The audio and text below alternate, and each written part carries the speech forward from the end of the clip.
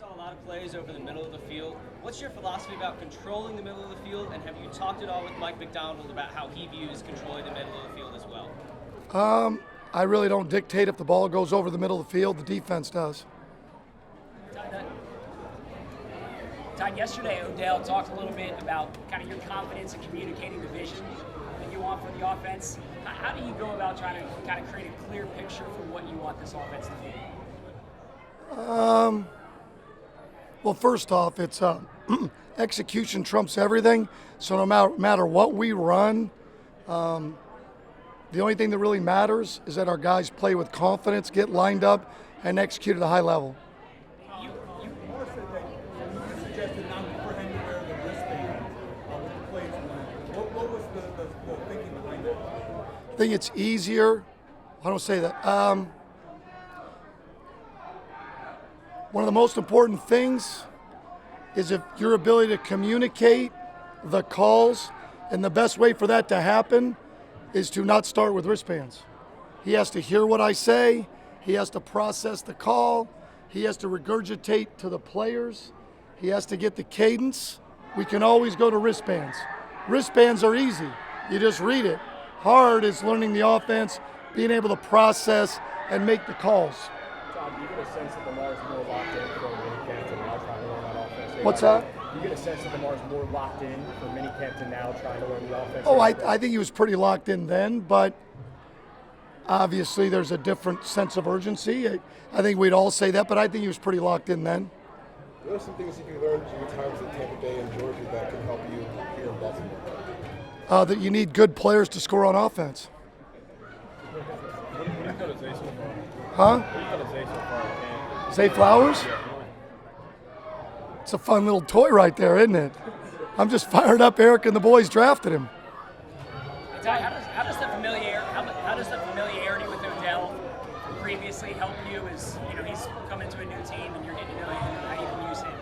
I think what helps is knowing Odell's personality, knowing his skill set, but we're also talking 4 years ago, but I do think it helps what Odell does well, how to communicate with him, how he likes to be coached and included, which he does. He deserves that. He's a really good player. He wants to be coached. He wants to be pushed. He wants to be a part of a winning team and be a part of that, a huge part of that, touching the football and helping our team win. Talking about Odell, do you get a sense that he's got a different level of hunger that he's more motivated from this past coming off the injury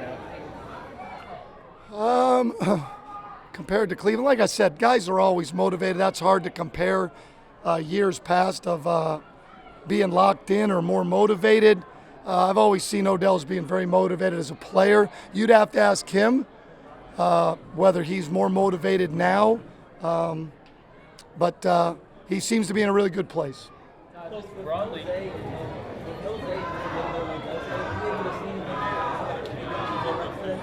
Sure, well, we'll have to look at the tape, but it's important for all of your players to get reps and developing the back end of your roster. That's super huge because you just don't ever know. It's a long season. You're not only trying to figure out who the starters are, who your playmakers are, who are your backup guys, who are the guys that are capable of going in the game, and then who are your practice squad guys, and when guys go down, they're ready to go. So it's imperative that they're able to get reps and good reps. just broadly speaking, how do you feel like the offensive installation is going at this point? What do you really? Oh, it's good. What I like the most is our guys are locked in. They're dialed in. I mean, I like their approach. Their approach is where you want to be. We're not where we want to be yet, but we shouldn't be.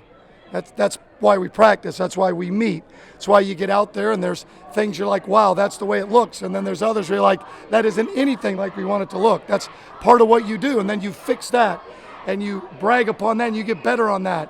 And then you find what your pieces do best. And then you try to fit that within your scheme.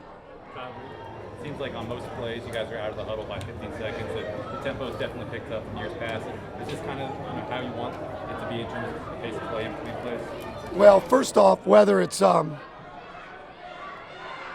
idea is to leave the quarterback enough time at the line of scrimmage to assess the defense, make changes, and be in control.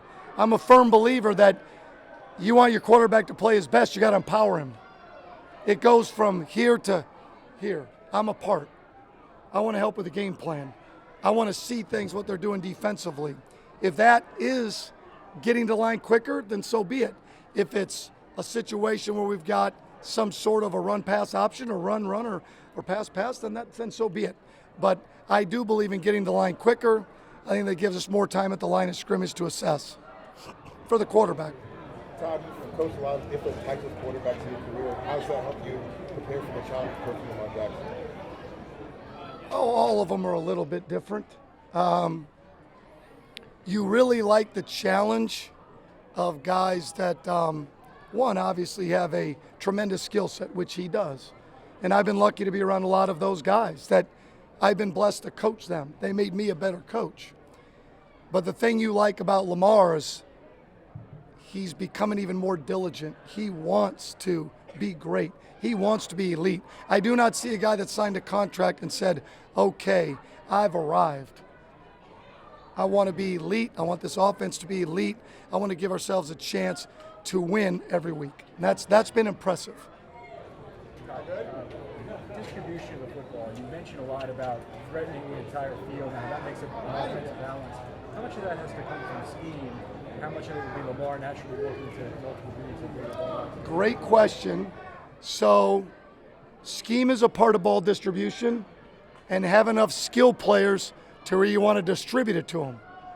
Because if you don't have enough skill players, you're not trying to create ways, right, to distribute the ball to them. Everybody earns that right to touch the football. Doesn't matter what sport. You earn the right to get at bats. You earn the right to get shots. You earn the right to get opportunities. And the better your players understand that and compete that way, and the better your skill players, the more fun it is to distribute it. All right.